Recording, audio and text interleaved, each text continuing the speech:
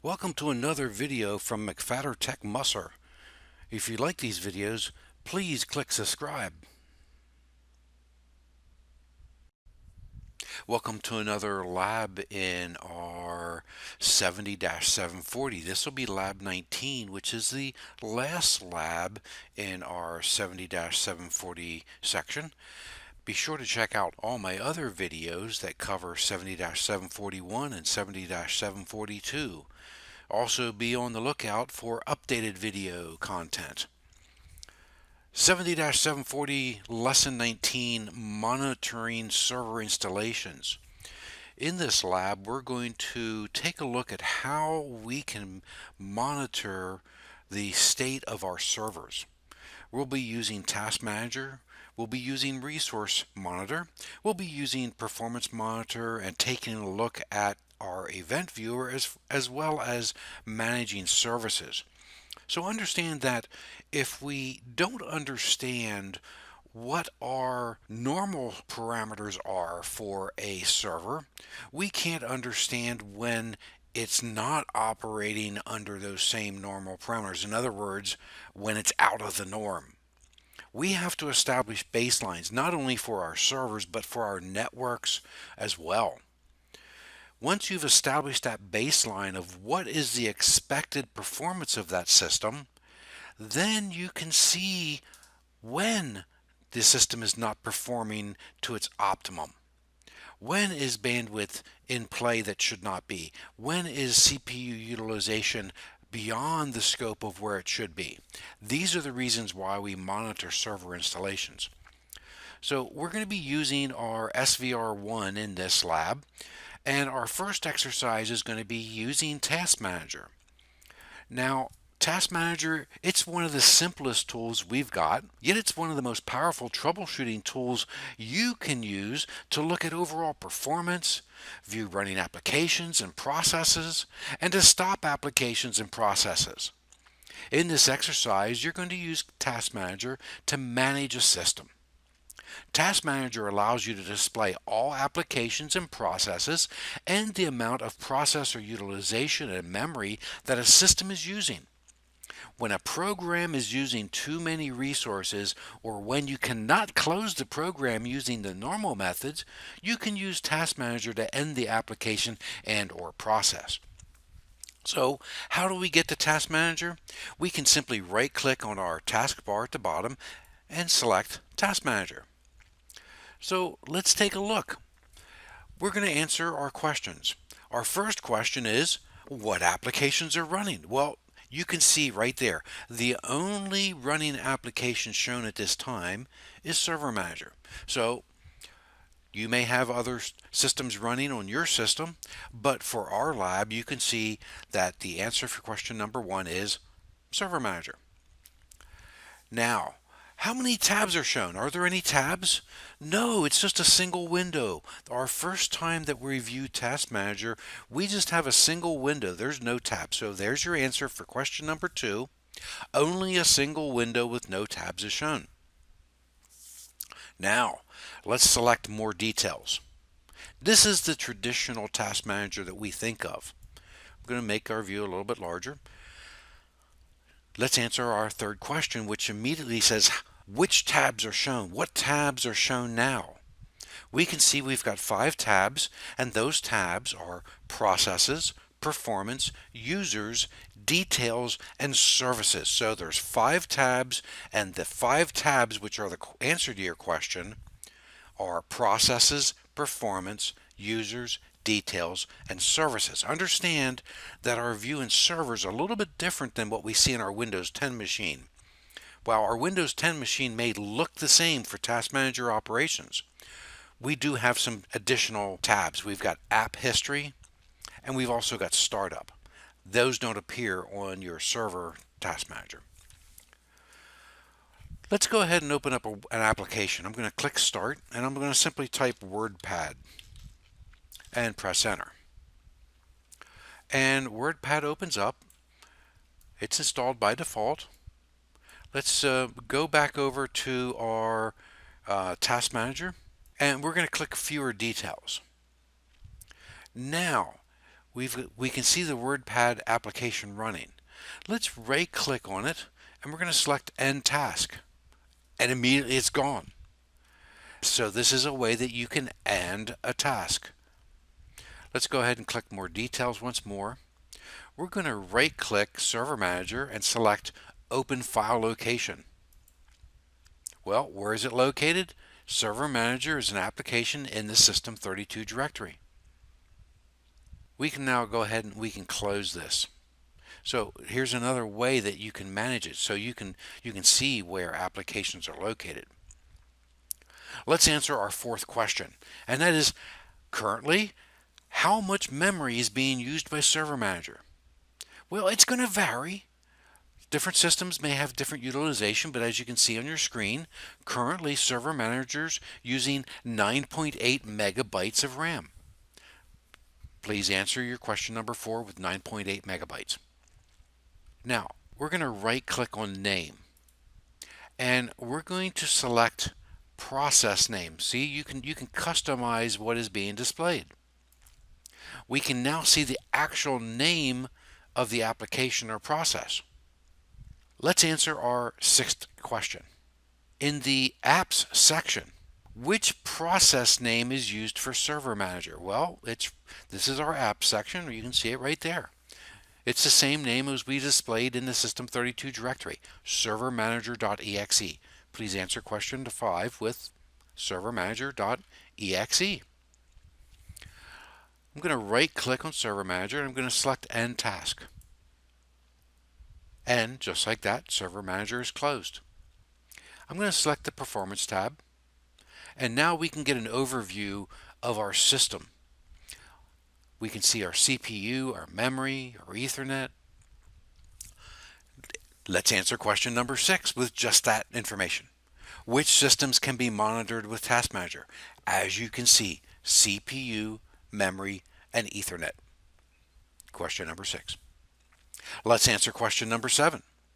Which system is missing from Task Manager that will greatly affect system performance? Well, there's 4 systems that your server depends on for being able to be at optimum performance. And it's CPU, it's memory, it's Ethernet, right, it's disk. Disk is missing from there. Disk is not shown there. So there's your answer for question number 7, disk. Immediately, let's answer question number 8. On this system, how many virtual processors are being used by LUN-SVR1? Well, we can see that there are 1. So we have a single processor. The answer to question number 8 is 1.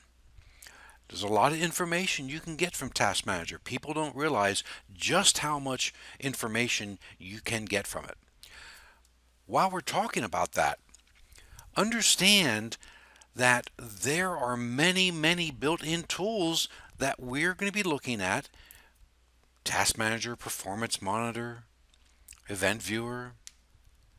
If you ever sit in an interview and the interviewer asks you, a user reports an issue with their system, what are some of the built-in tools that you can use in Windows to do diagnostics?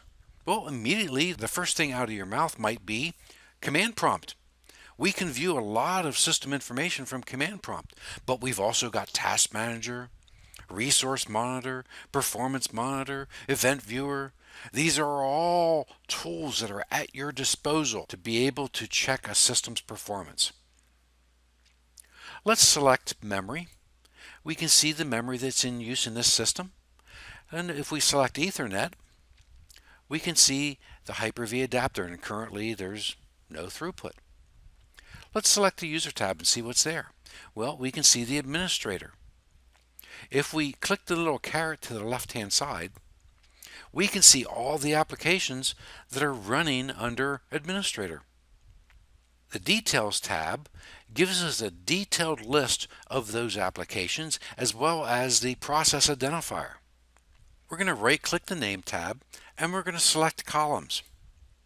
We're going to add the session ID right there, and we're also going to add threads. Where are threads? Let's go scroll down till we see threads right there. We're going to click OK.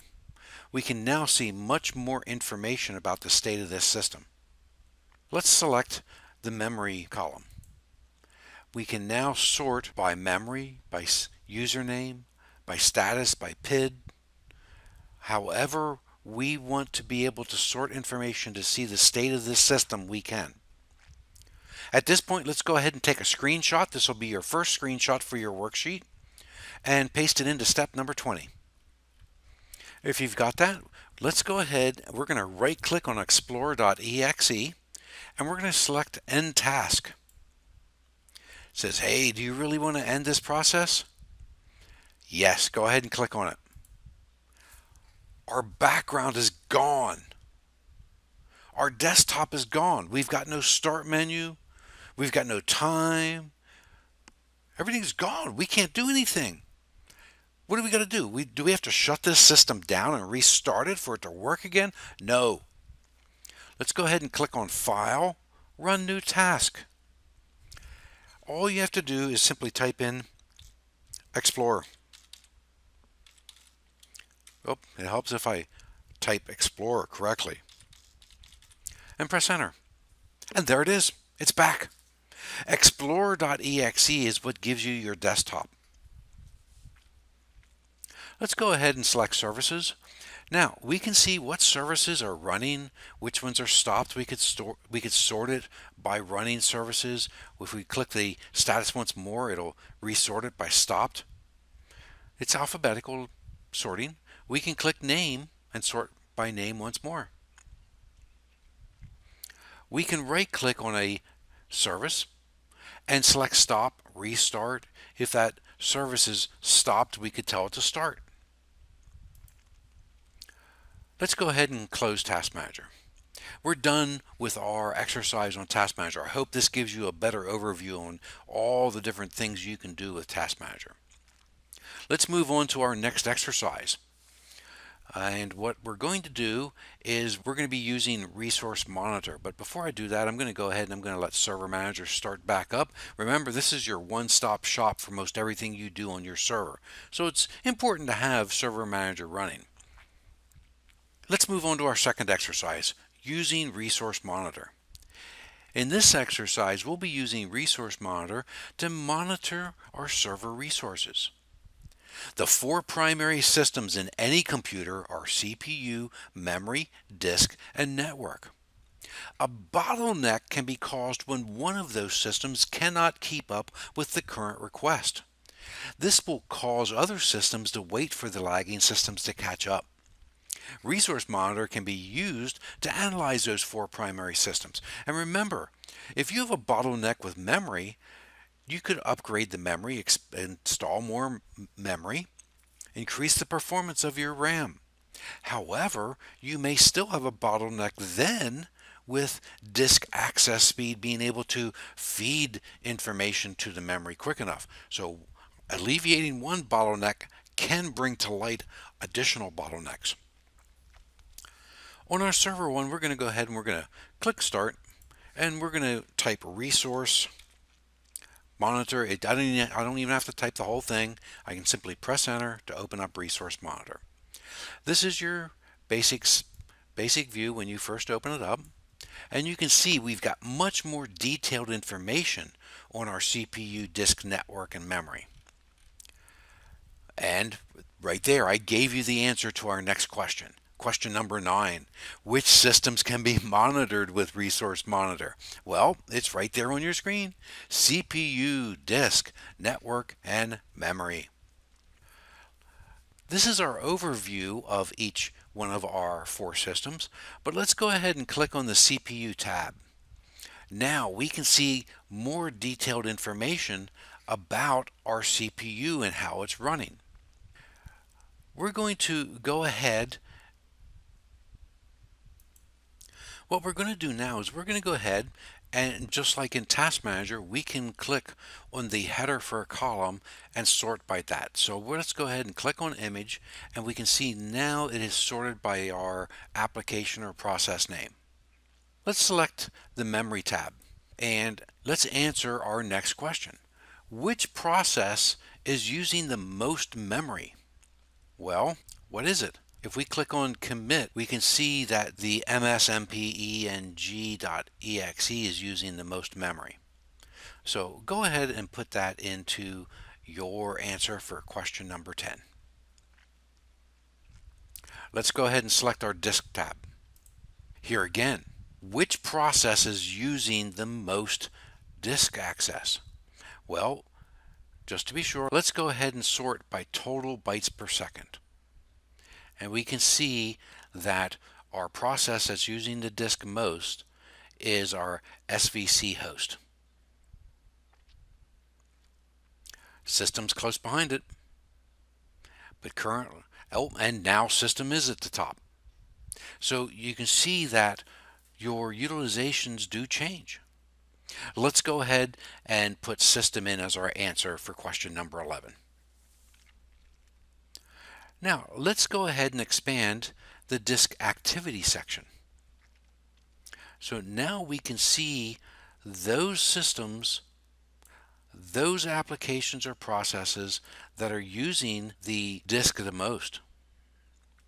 Let's go ahead and take another screenshot and paste that into your step number 7. Now we're going to click on the Network tab. And here we've got a lot of information about what's going on with our network. Let's expand the Listening Ports section. We can see what ports are open, what ports are connected, what's not allowed. Let's go ahead and we are sorted by port number. So for the moment, I'm going to collapse the process with network activity so we can see this a little bit better. I'm going to scroll this down. And what listening ports are being used? And this is our next question, question number 12.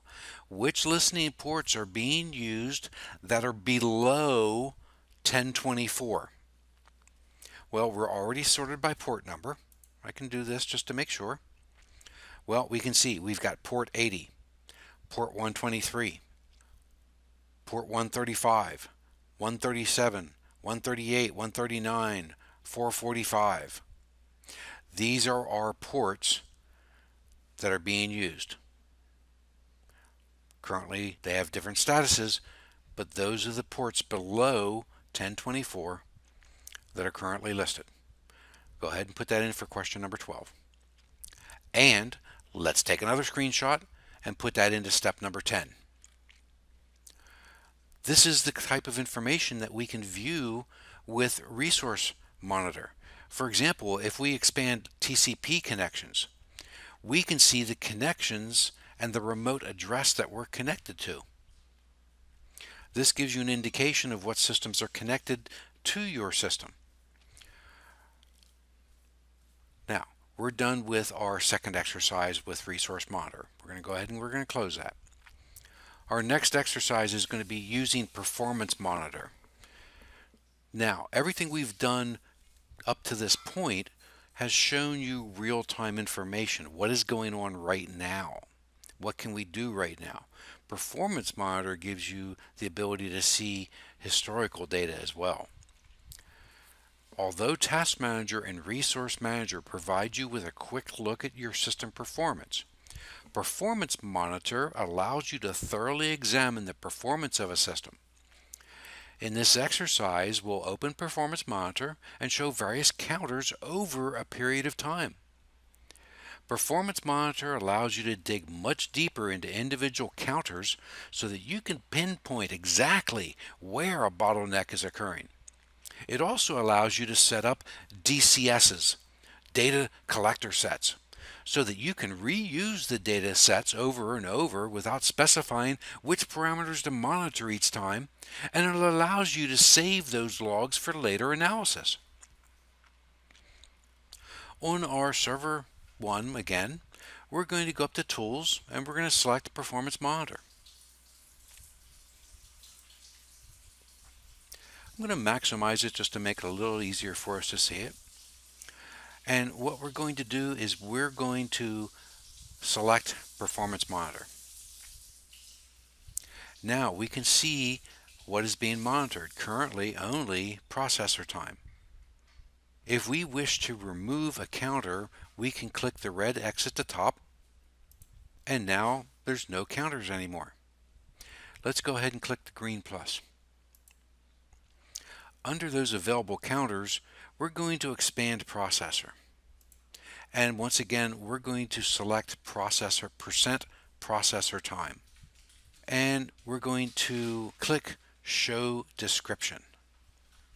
Now we can see a description of exactly what it allows us to do. We're going to click add, and then also under those available counters, we're going to expand the server work queues.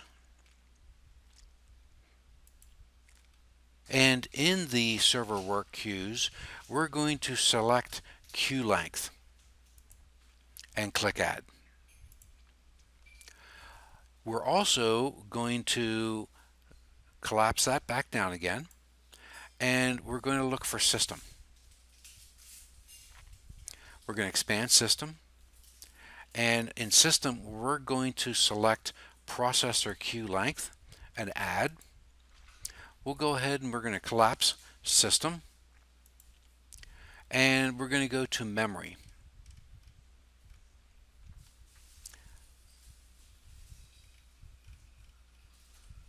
It's a lot of counters that you can use here. So we're going to go to memory. We're going to expand memory, and we're going to select two counters here.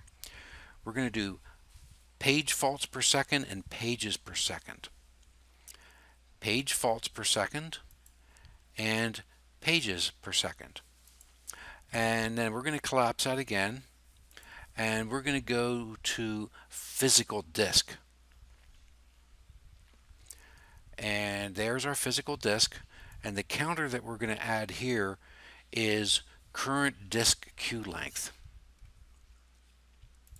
and click add. So now we've got 1, 2, 3, 4, 5, 6 different counters that we'll have. We're going to click OK to add those counters. Now we can see all these items that are now being monitored. I'm going to go ahead and I'm going to open up Task Manager. And then I'm going to close Task Manager. When we did that, we could see a spike in activity.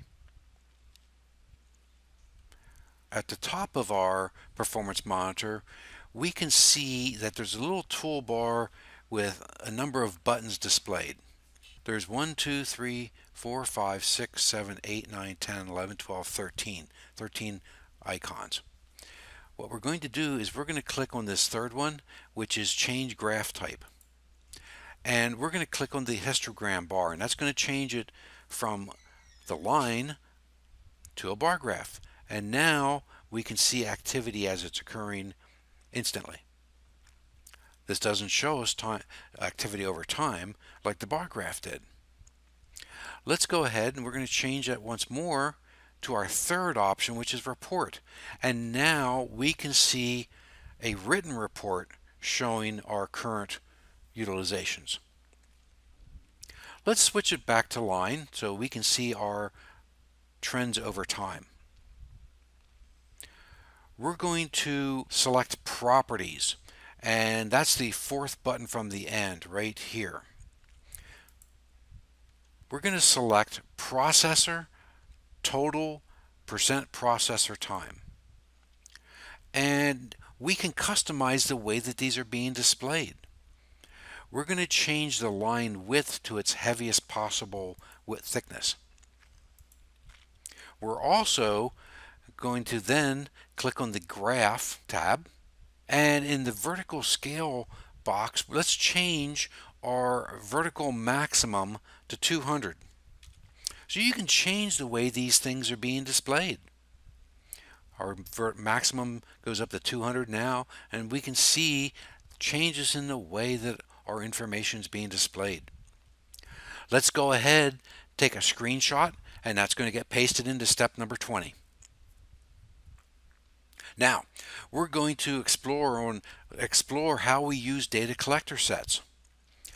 If we expand the caret beside data collector sets, we can see that there's user-defined system event tracer sessions, startup event trace sessions. What we want to do is we're going to right-click on the user-defined folder, and we're going to select New Data Collector Set. And we're going to call that my DCS1.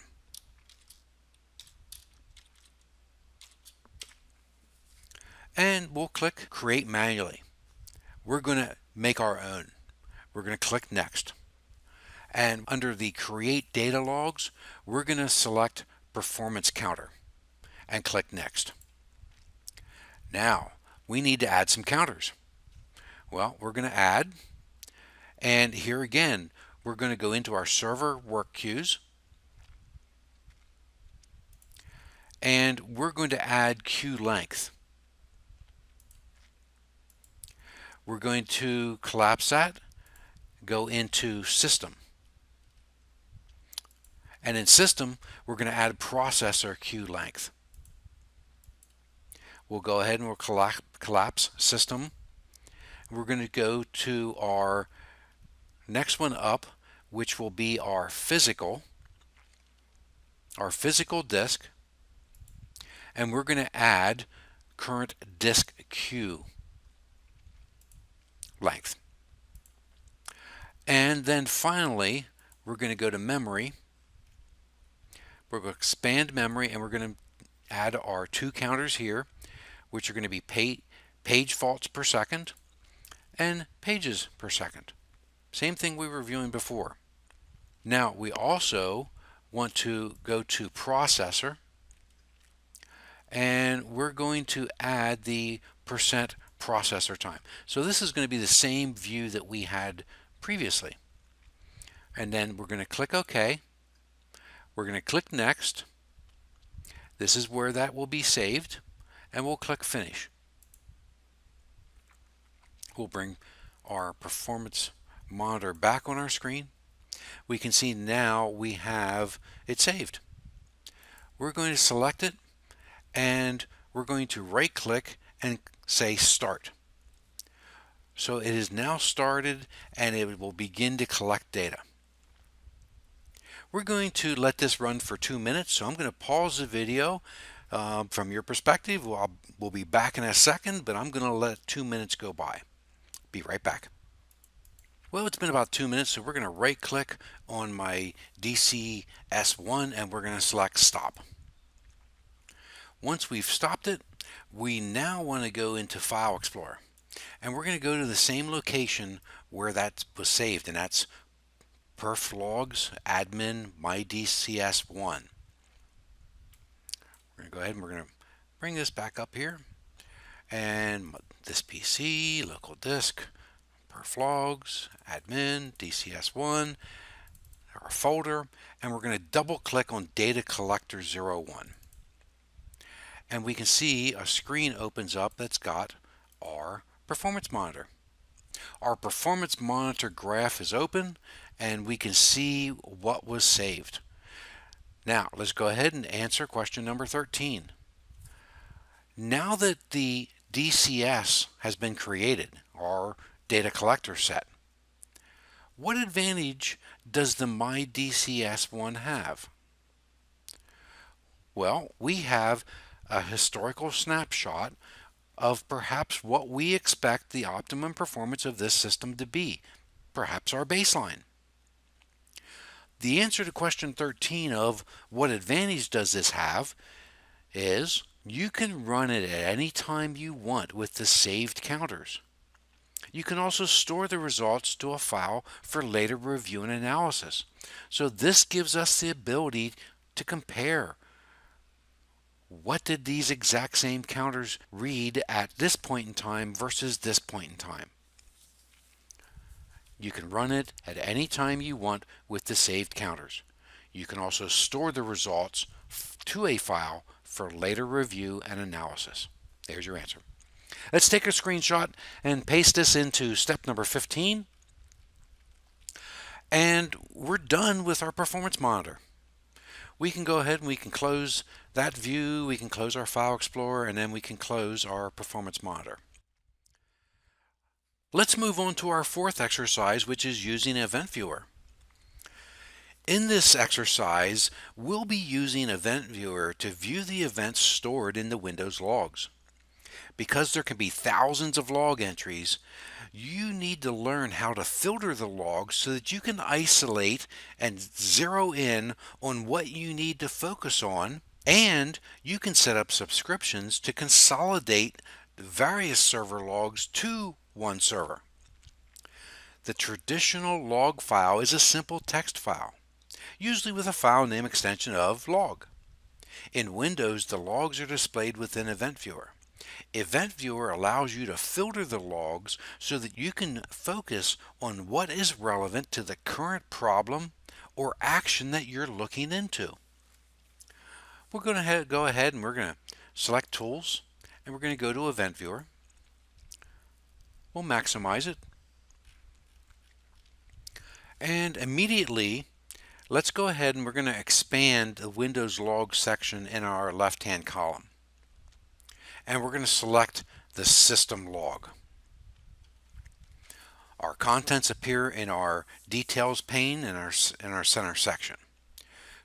Let's answer question number 14. Currently, how many events appear in the System log?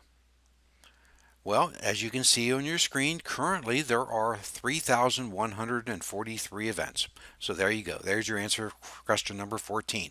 So at the very top, you can see exactly how many events are currently being logged. Let's go over to our right-hand column in our Action pane, and we're going to select Filter Current Log. This gives us the ability to only see the information that we consider relevant at this time. We're going to select Critical for event level, as well as Warning and Error. And then we're going to click OK. Now, all we see are those types of events. With that in mind, how many filtered events appear in the System log now? Well, right here you can see it. Filtered number of events, 161. Go ahead and put that into your answer for question number 15, 161. Additionally, in our Action pane, we can create custom views to be able to immediately drill into the specific information we want to see at any time. So we're going to create custom view. And in that, we're going to select and we're going to say in the logged section, in the last 7 days. So this gives you the ability to only view a perspective. In this case, we're going to do the last 7 days. We're going to select Critical, Warning, and Error once again. And then what we're going to do is we're going to leave the By Log section selected. In the Events Log drop-down list, we're going to select the Application, the Security, and the System logs.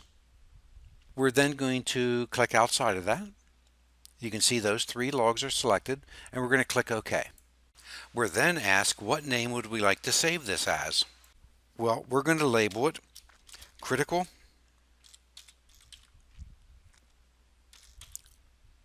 Warnings, and Errors. And we'll click OK. That custom view now appears on our right-hand column. And in that custom view, let's go ahead and look in our center how many events are listed. This is going to be our answer to question number 16. In the past 7 days, because that's the parameter that we gave it, we're only looking at a 7-day perspective. There have been 17 critical, warning, or error events. There's your answer to question number 16, 17. Let's go ahead and we're going to right click on System. And we're going to say Clear Filter. Remember we had a filter on our System log? And if we look at this again, now we can see all those events back. This is the different ways that you can use Event Viewer to get an idea of what the current state of a system is. Let's go ahead. We're done with this exercise. We are done with Event Viewer. Let's move on to our lab challenge. And in our lab challenge, we're going to look at managing services. In this exercise, we'll create a service account that will be used to run a service. We'll then manage a service, including restarting the service. Services are programs that run in the background on a Windows system to provide a function or a network application or to help the operating system run other programs. Services are managed using the Services console, which can be opened by executing services.msc, or we can also go to Tools and Services. We're going to go ahead, we're going to right-click the Start button, and we're going to select Computer Management. What we're going to do is we're going to expand the local users and groups, and then we're going to select users. In here, we're going to right-click and we're going to select New User. The new username that we're going to create is going to be service-account.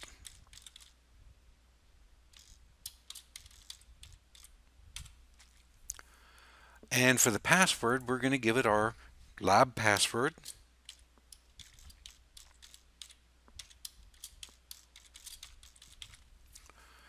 We're going to deselect user must change password at next logon, and we're going to select that the password never expires. We'll then click Create and Close. What we're going to do is we're going to double click the service account, and we're going to add it to a group. We're going to select the member of tab and click Add, and we're going to make it a member of the administrators.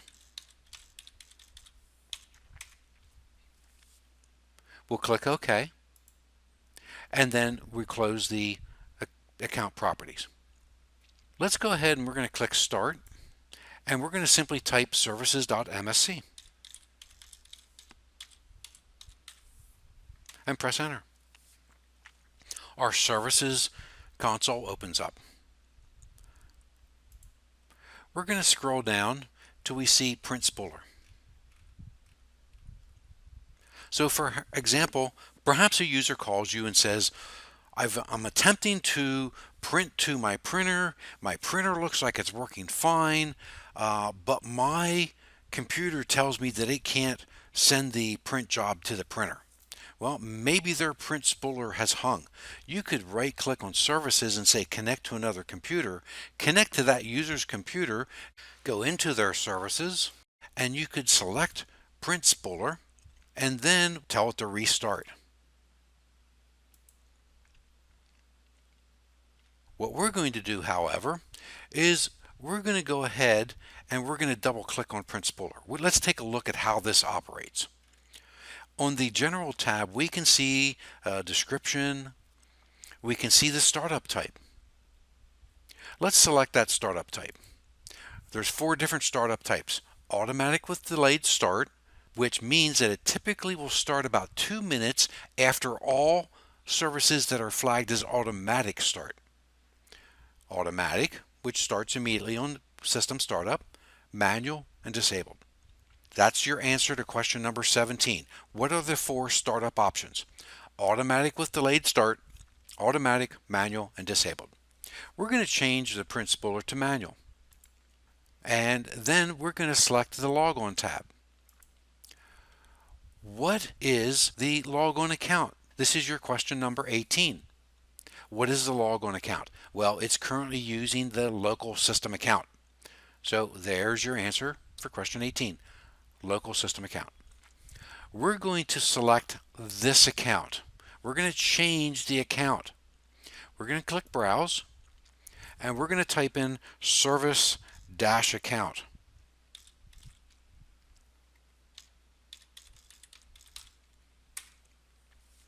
And we're going to select and we're going to put our password in. We're going to confirm that password. And now go ahead and take a screenshot of this and paste this into step number 19. If you've got that, we're going to go ahead and we're going to click OK. And we can see a notification that the service account has been granted the log on as a service right. We'll go ahead, we'll click OK. It says, hey, the new logon name will not take effect until you stop and restart the service. So understand that currently it's going to continue running with that local service account until you stop and restart it. We're going to go ahead and we're going to reboot server 1. I'm going to close services. I'm going to close our computer management. I'm going to tell it to restart.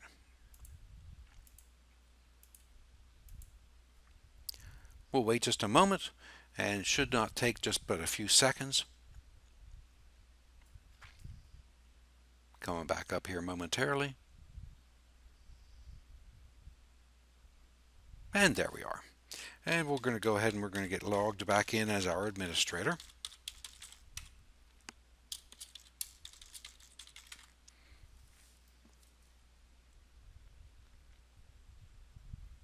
And once we're back up, we're going to go ahead and we're going to go back into services. Now I could click and start and say run it that way again, but I'm going to go to tools and I'm going to go to services. So there is a different way for you to get to it. Now understand, you could also right click, you could go to computer management, and you could expand services and applications, and you could get to it there. Many different ways to get to that services. Let's go ahead and we're going to scroll back down to our print spooler. It's right here, and see it's flagged as manual. We're going to double click it, and we can see that it's stopped. Let's go ahead and click the start button. Before we do that, question number 19 was, what is the status of the service? And it's stopped, so put that in for question 19. We're going to click start. It's going to attempt to start. Oh, what happened? Windows could not start the print spooler service on the local computer. Error 1297. A privilege that the service requires to function properly does not exist in the service account configuration. We created a local account, but it doesn't have the privileges to do this. So this is the answer for our question number 20. What error message appears? Your answer is error 1297. A privilege that the service requires to function properly does not exist in this service account configuration. We're going to go ahead and we're going to click OK. And we're going to change the startup type to automatic. And we're going to select that log on tab again once more. And we're going to put it back to the local system account. Now previously it was also set to interact with desktop. That is a sensitive thing to enable.